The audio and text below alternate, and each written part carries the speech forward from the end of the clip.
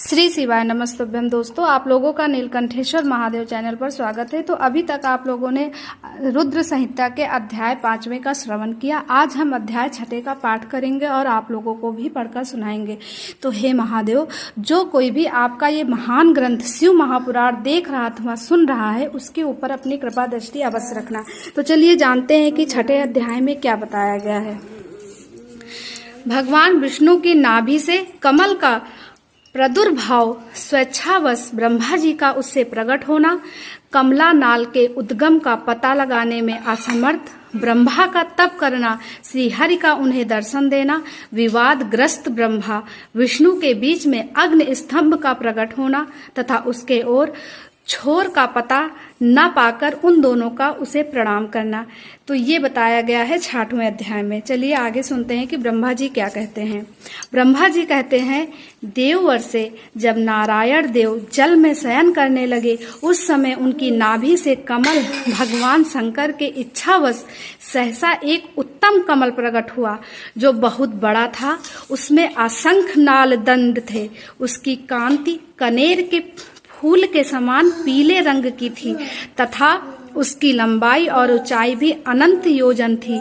वह कमल करोड़ों सूर्यों के समान प्रकाशित हो रहा था। सुंदर होने के साथ ही संपूर्ण तत्वों से युक्त था और अत्यंत अद्भुत परम रमणीय दर्शन के योग्य तथा सबसे उत्तम था। तत्पश्चात कल्याणकारी परमेश्वर सांब सदाशिव ने पूर्वत्र प्रयत्न करके मुझे अपने दाहिने अंग से उत्पन्न किया। मुने, उन महेश्वर ने मुझे तुरंत ही अपनी माया से मोहित करके नारायण देव के नाभि कमल में डाल दिया और लीला पूर्वक मुझे वहां से प्रकट किया।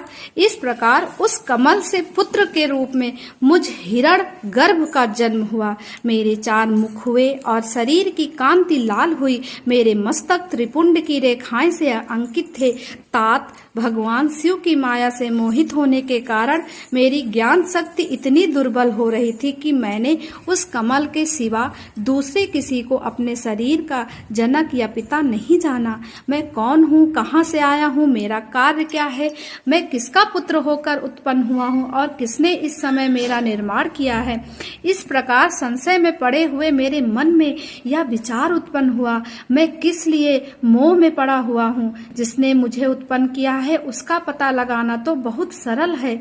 इस कमल पुष्प का जो पत्र युक्त नाल है, उसका उद्गम स्थान इस जल के भीतर नीचे की ओर है। जिसने मुझे उत्पन्न किया है वह पुरुष भी वही होगा, इसमें संशय नहीं है।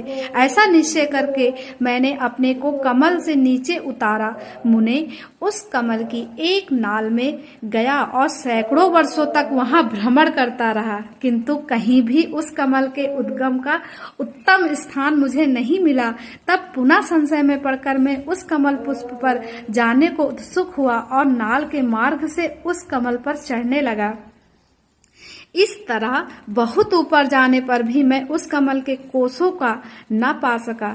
इस दशा में मैं और भी मोहित हो उठा। मुने, उस समय भगवान शिव की इच्छा से परम मंगलमयी उत्तम आकाशवाणी प्रकट हुई, जो मेरे मोह का विध्वंस करने वाली थी। उस वाणी ने कहा, तब तपस्या करो। उस आकाशवाणी को सुनकर मैंने अपने जन्मदाता पिता का दर्शन करने के लिए उस समय पुनः प्रयत्न पूर्वक 12 वर्षों तक घोर तपस्या की। तब मुझ पर अनुग्रह करने के लिए ही 4 भुजाओं और सुंदर नेत्रों से सुशोभित भगवान विष्णु वहां सहसा प्रकट हो गए। उन परम पुरुष ने अपने हाथों में शंख, चक्र, गदा और पग धारण कर रखे थे। उनके सारे अंग सजल जलधर के समान श्याम कांति से सुशोभित थे। परम प्रभु ने सुंदर पीतांबर पहन रखा था। उनके मस्तक आदि अंगों में मुकुट और महामूल्यवान आभूषण शोभा पाते थे।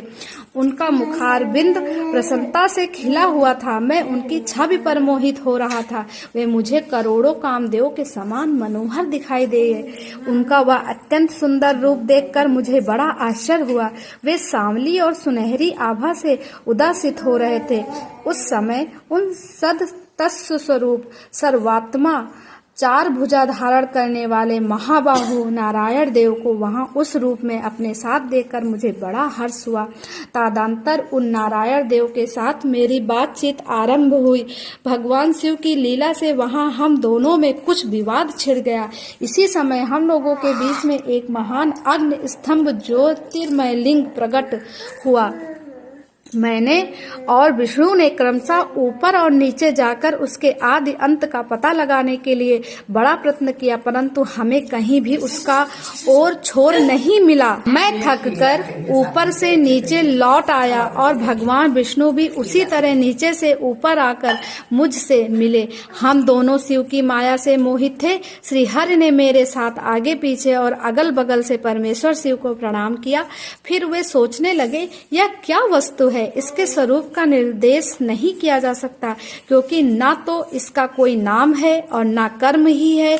लिंग रहित तत्व ही यहाँ लिंग भाव को प्राप्त हो गया है। ध्यान मार्ग में भी इसके स्वरूप का कुछ पता नहीं चलता। इसके बाद मैं और श्री हरि दोनों ने अपने चित्त को स्वस्थ करके उस अग्नि स्तंभ को प्रणाम करना आरंभ किया। हम दोनों बोले, महाप्रभु, हम आपके स्वरूप को नहीं जानते। आप जो कोई भी क्यों ना हो, आपको हमारा नमस्कार है। महेश शांत, आप शीघ्र ही हमें अपने यथार्थ रूप का दर्शन कराइए। मुनि श्रेष्ठ, इस प्रकार अहंकार से अविष्ट हुए हम दोनों ही वहां नमस्कार करने लगे। ऐसा करते हुए हमारे 100 वर्ष बीत गए। तो यहीं पर 6ठा अध्याय समाप्त होता है। तब तक के लिए श्री शिवाय नमस्तुभ्यम। 7वां अध्याय अगले वीडियो में आप लोगों को मिलेगा।